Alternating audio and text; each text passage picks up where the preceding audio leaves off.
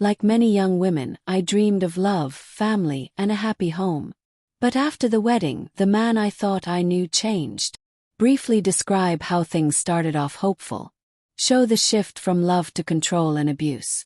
When I first met him, I was just a girl with dreams bigger than the sky. I believed in love the way little girls believe in fairy tales. Wholeheartedly, blindly, with every ounce of my soul. He was charming, polite, and said all the right things. You know, the kind of man who pulls out your chair, compliments your smile, and makes you feel like the most important person in the world. I thought I had found the one. My family liked him, my friends approved. And when he asked me to marry him, I didn't hesitate. I said yes, believing I was stepping into a beautiful life filled with joy, laughter, and partnership. Our wedding was small but full of love. I remember standing there, looking into his eyes, thinking, this is the man I will grow old with. I had no idea that within a few weeks, the person I had promised my life to would become someone I barely recognized. At first, the changes were subtle. Sharp words when I disagreed with him, an angry glare if dinner wasn't on time, a cold silence when I spoke too much in front of his friends. I told myself he was just stressed, adjusting to marriage, trying to figure things out. I excused it like so many of us do, thinking love meant patience and sacrifice. But then came the shouting. Words like knives, slicing through my self-worth. He'd call me useless, lazy, stupid. He'd say no one else would ever love me. I started to believe him. I stopped wearing makeup. I stopped calling my friends. I stopped smiling. I kept telling myself it wasn't that bad, that other women had it worse, that it would pass. I wanted so badly for it to pass. I kept reaching back to those early days, hoping that man, the kind one who held my hand so tightly, would come back. And then the first time he hit me, I can still hear the sound of it. A slap so sharp it echoed in my ears for days. I was stunned not just from the pain but from the shock. The man who once kissed my forehead every night before bed had struck me across the face. He apologized, of course. With tears. With flowers. With promises. And I believed him.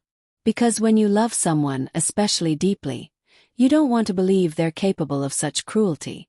You want to believe the best in them. You want the story you built in your head to be true. But it didn't stop. It never stopped. The apologies grew shorter. The violence grew worse. The bruises spread. And I became a ghost in my own life. Walking, breathing, but not truly living. I lied to the neighbors about my black eyes. I told my mother I was clumsy. I smiled in photos while my heart was breaking. And still I stayed. Because I thought love was supposed to hurt sometimes. Because I thought I was strong enough to fix him. Because I thought somehow I was to blame. I remember sitting alone in the dark one night after he had left another mark on me. I held my face in my hands, feeling the sting in my cheek and the heavier sting in my soul, and I asked myself, how did I get here? I used to laugh without fear. I used to sing while cooking dinner. I used to have dreams. Now I was walking on eggshells, flinching when doors closed too loudly, scared to speak unless spoken to. People sometimes ask, why didn't you just leave? But unless you've lived it, you don't understand. It's not that simple. It's not about weakness. It's about survival, about hope, about fear. It's about still loving someone who is hurting you and being terrified of what will happen if you stop loving them. It's about wondering if you'll make it alone, if anyone will believe you, if you even matter anymore. I kept telling myself that if I was just more patient, more quiet, more obedient, maybe he'd stop. But abuse doesn't work that way. Doesn't stop because you're better. It stops when you finally realize that love should never come wrapped in fear. And that night, with my face swollen and my spirit crushed, something inside me started to shift. A small, quiet voice, buried beneath years of pain, whispered, "This is not the life you were meant to live." So I sat there in silence, holding the weight of that truth, finally letting it sink in. You know, people see you out in public and think everything's fine. They see your smile, they hear your polite words, they admire how put together you seem. And they never guess that behind closed doors, you're living a completely different reality. That was me. I became a master at pretending. Had to. Pretending was how I survived. Living with someone who hurt me wasn't just about the bruises or the shouting.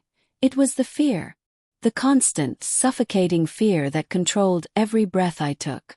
It was waking up every morning and immediately checking his mood, like reading a weather report for a storm I couldn't avoid.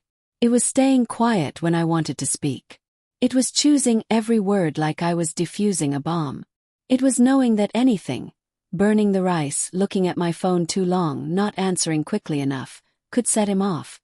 I lived like that every day, and yet somehow I still told myself it wasn't abuse. Because when you're inside it, it's hard to see clearly. Especially when the world keeps telling you that marriage is about sacrifice, that women should be strong, that you stay for the sake of your family. So I told myself I was strong. I told myself that this was just part of life, that everyone has their struggles, and mine just happened to come with silence and shadows. The worst part wasn't even the hitting. It was the silence afterward. The coldness. The way he'd walk past me like I didn't exist. The way he'd sleep peacefully while I lay awake, trembling, wondering what I did wrong. And every time I would convince myself to be better. More agreeable. More patient. More invisible. I stopped seeing my friends. I stopped calling my sister. I stopped laughing. I became a shell of the woman I used to be. And the most dangerous part. I didn't even notice. Abuse doesn't come with a warning sign. Slow. It's quiet. It creeps into your bones until one day, you realize you don't recognize your own reflection. I didn't tell anyone. Not because I didn't want help, but because I was ashamed. I was afraid of what people would think. What if they blamed me? What if they didn't believe me? What if they told me to go back and work it out, like so many women are told? The idea of someone looking at me with pity, or worse, disbelief, kept my mouth shut. So I wore long sleeves in summer. I lied about the bruises. I laughed off the tension in my voice. I remember once, my neighbor knocked on the door after hearing a loud argument.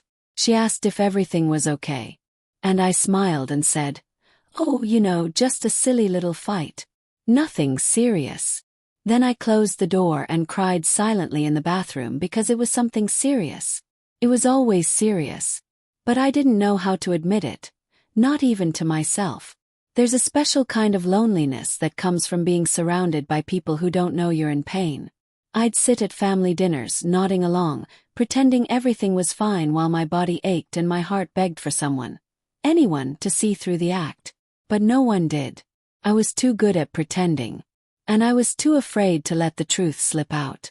At night, I'd lie in bed and whisper to myself, "Just get through tomorrow." And then tomorrow would come, and I'd whisper it again. That's how I lived. Not in joy, not even in hope, but in survival. One day at a time. One lie at a time. Sometimes he'd be sweet.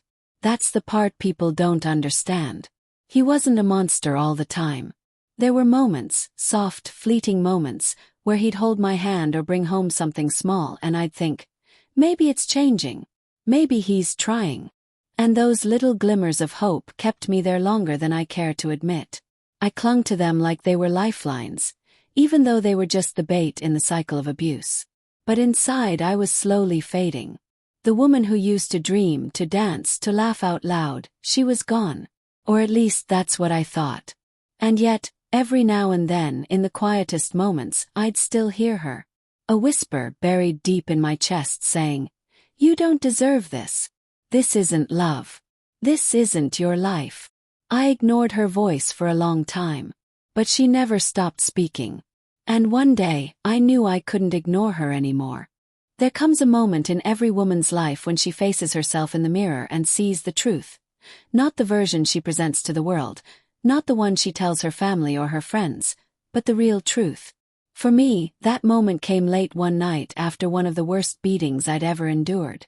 I remember lying on the cold bathroom floor, cheek pressed against the tile, barely able to breathe. The pain in my ribs was sharp, my lip was split, and my vision was blurred. But what hurt most wasn't my body, it was the heaviness inside me. The ache of being so far from the life I once imagined. I wasn't thinking about anything grand in that moment. Not freedom, not justice, not healing. I just remember thinking, If I fall asleep here, I might not wake up. That night was different. The fear wasn't new. The pain wasn't new. But something inside me had changed. Maybe it was the way he walked away afterward, cold, unaffected, like I was nothing. Maybe it was the silence in the house that felt too final, like something had ended. Or maybe it was the realization that no one was coming to save me. There would be no dramatic rescue, no sudden intervention. If I was going to survive, I had to save myself. I pulled myself up slowly, using the sink for support, and when I looked into the mirror, I barely recognized the woman staring back. Her face was bruised and swollen, her eyes hollow, but there was something in her expression I hadn't seen in years, a spark. A flicker of life that hadn't completely gone out. And that tiny flicker said, "This can't be the end. You were meant for more than this." I didn't leave that night. I didn't run with a suitcase or call someone for help. That's not how it happened. But that night became the moment everything started to shift. I couldn't pretend anymore. Not to myself. Not to him. Not to the world. The lies I'd been telling to survive started to crumble. And once you let even a sliver of truth in, it changes everything. The next morning I moved slowly, carefully. He barely looked at me, didn't ask how I was. That was his pattern. Hurt, ignore, repeat. But something in me was awake now. And even though I still acted the same on the outside, still cooked, still cleaned, still answered when he spoke, I wasn't the same inside. I started paying attention in a different way. I started preparing quietly. I began hiding away a little money when I could. I kept my documents in a safe place. I watched him not out of fear but strategy. Because for the first time I wasn't just trying to survive, I was planning to leave. But the emotional battle was just as hard as the physical one. There were days I questioned myself, wondering if I was being dramatic, if maybe things would get better if I was really ready. Because even in the darkest moments, there's something terrifying about change. About walking away from everything you know, even when it's destroying you. It's strange, but the pain had become familiar, predictable.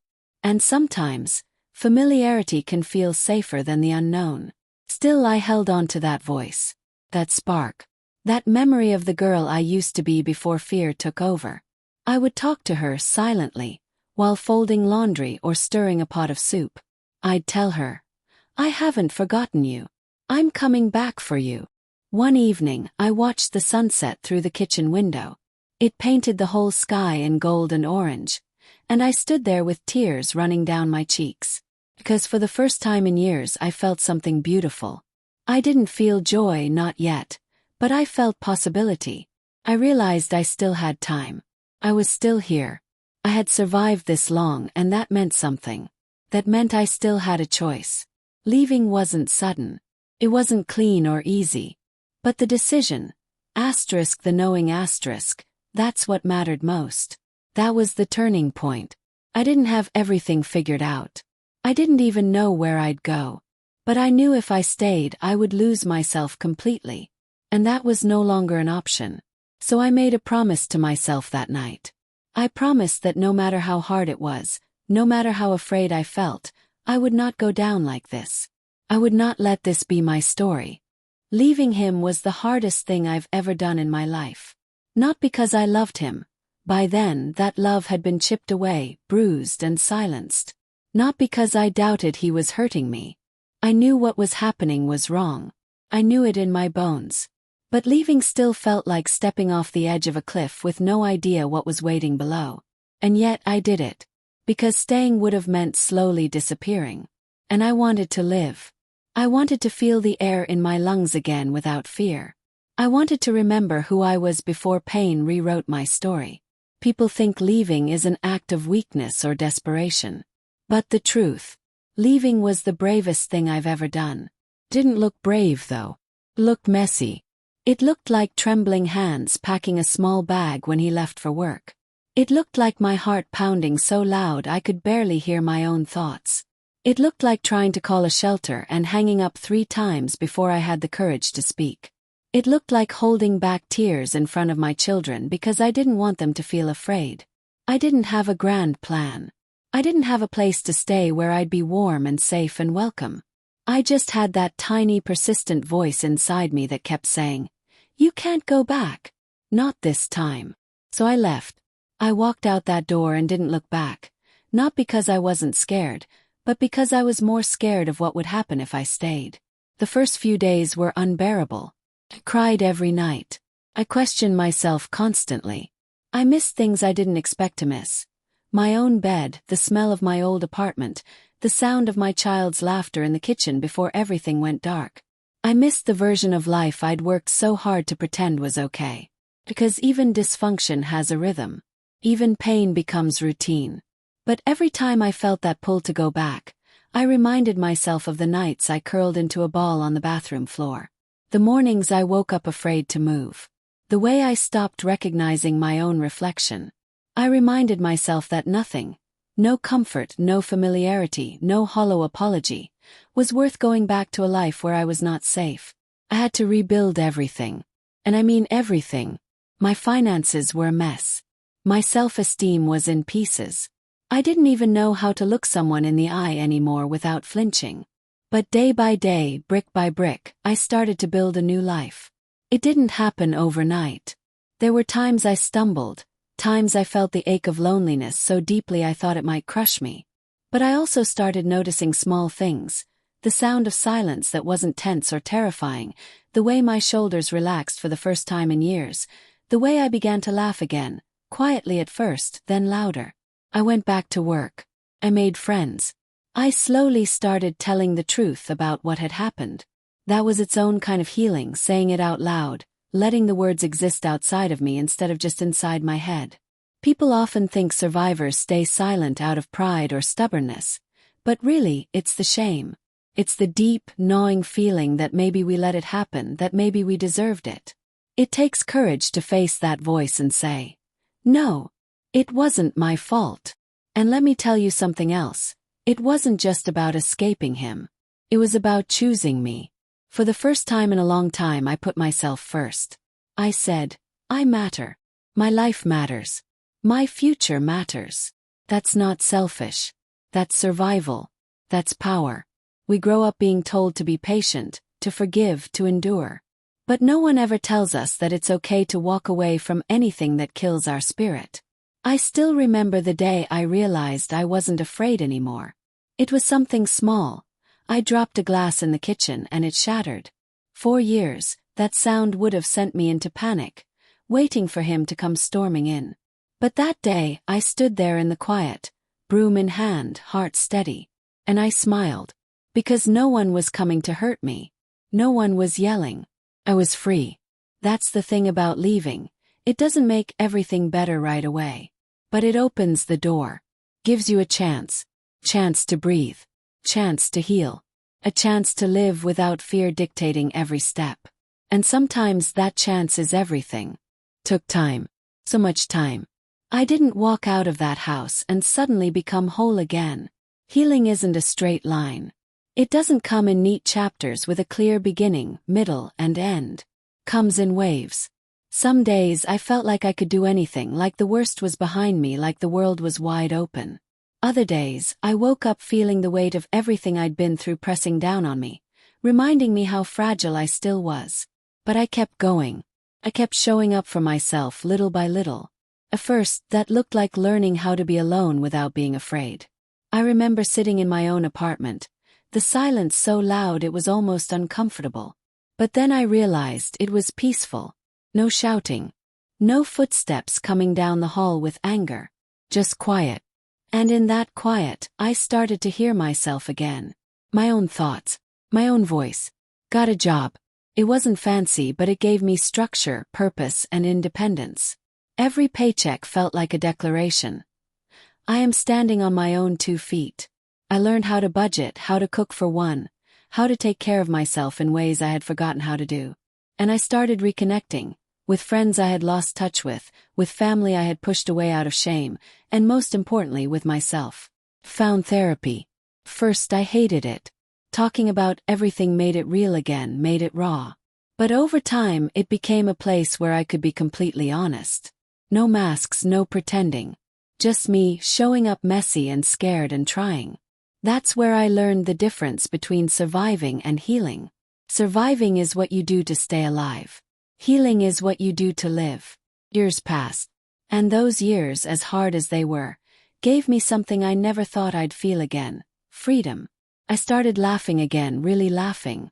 I started finding joy in the smallest things. Coffee in the morning, the smell of fresh rain, dancing in my living room just because I felt like it. I stopped waiting for the other shoe to drop. I stopped flinching when someone raised their voice. I started to feel safe in my own skin. Eventually, love found me again. But this time it was different. There was no fear. No walking on eggshells. Just mutual respect, kindness, and patience. I didn't think I was capable of trusting someone again. But love has a funny way of showing up when you've finally made peace with yourself. We built something honest together, not perfect but safe. And in that space, I was able to grow into someone I could be proud of. And then I became a grandmother. I can't tell you what it feels like to hold a grandchild in your arms, knowing that you made it to the other side. Knowing that the woman who once cowered in silence now reads bedtime stories with a voice full of warmth and strength. My grandchildren don't know that version of me. The broken one, the terrified one. They only know the grandma who hugs too long, who bakes cookies, who listens with her whole heart. And I'm glad. Because the version of me that survived all of that, she made this possible. Sometimes I look at them, those little faces full of curiosity and innocence, and I think, this is why I fought so hard. So they could grow up in a world where love isn't tangled with fear. So they could know that strength isn't about enduring pain. It's about choosing yourself, even when it's hard. Especially when it's hard. Every scar I carry, every painful memory, every tear I shed along the way, it all brought me here. And here is a good place. Not because everything is perfect, but because it's mine. My life, my peace, my voice. I earned it. I protected it.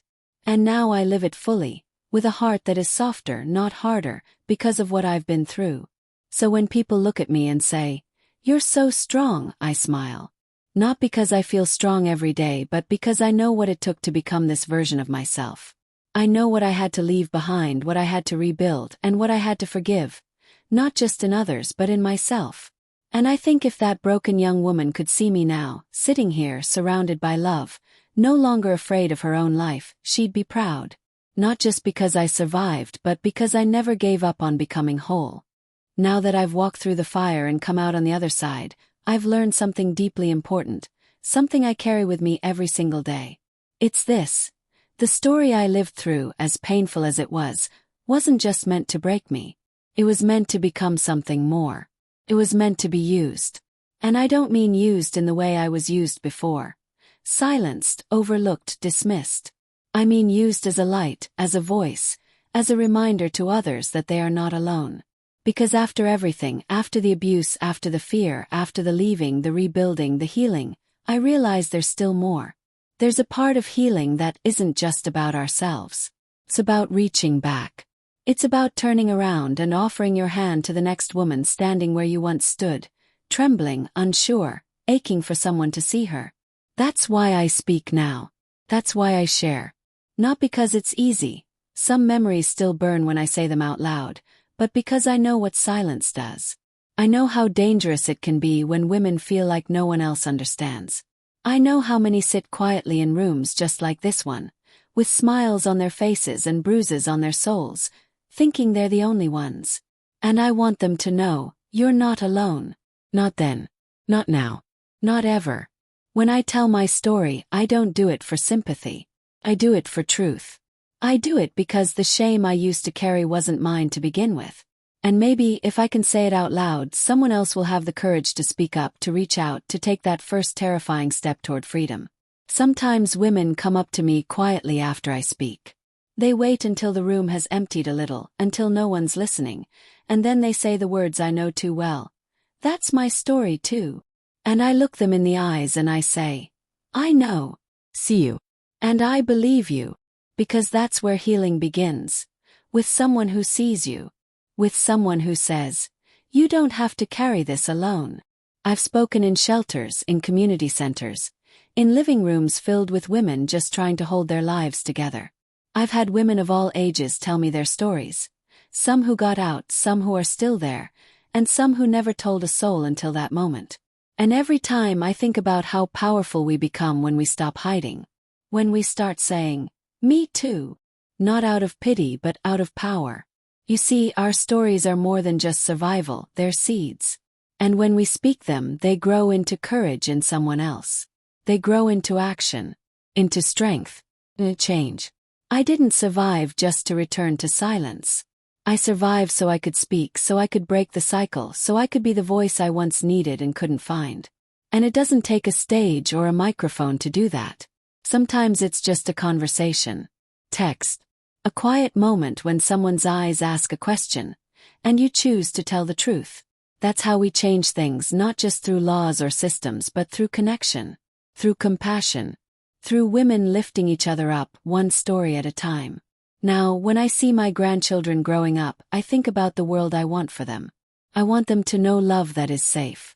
I want them to recognize respect, not just in how others treat them but in how they treat themselves. I want them to know that strength doesn't mean silence.